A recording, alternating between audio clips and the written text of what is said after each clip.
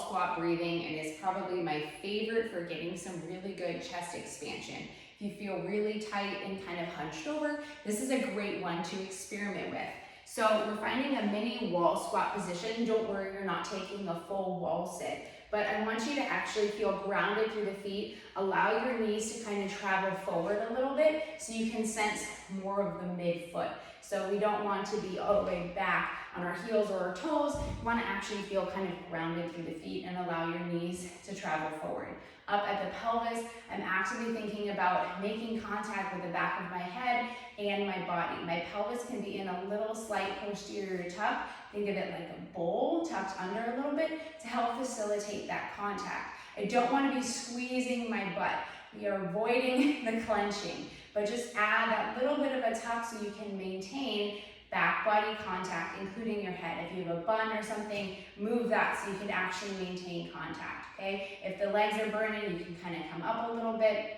The goal is really not really a leg exercise when we're working on the upper body. So thinking about the rib position, so if we tend to live in that more anterior tilt or our ribs are kind of thrusted up, this might be a little bit more challenging. So we really need to exhale.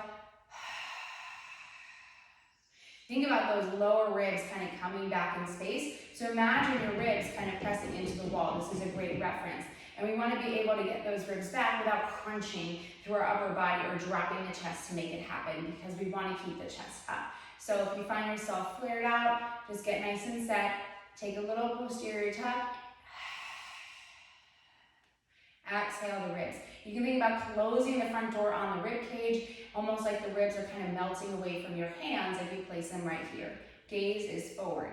Now, I'm going to think about what am I doing with my arms. I'm going to add a reach once I have my position set to kind of bring in serratus and incorporate some of that reaching, which could also get us a little back body expansion too. I sometimes like to experiment with more of a low high five. So as we get breathing, try your hand position and see what works well for you.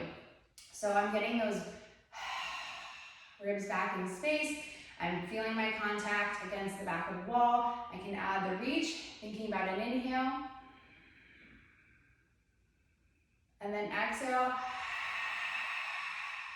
Long exhalation, like I'm fogging up a mirror.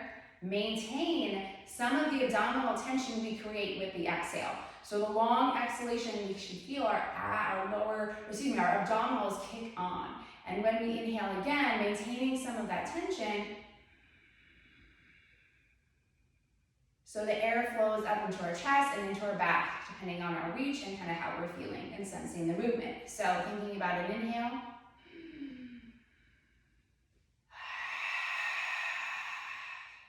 Experiment with the hand position, inhale again.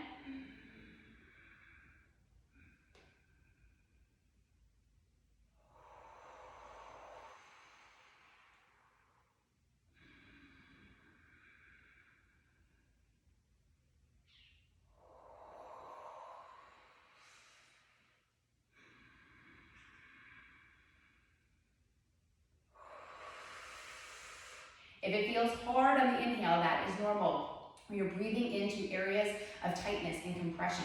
So if you feel this chest kind of move up, that's actually a good thing. That's what we're aiming for. Inhale.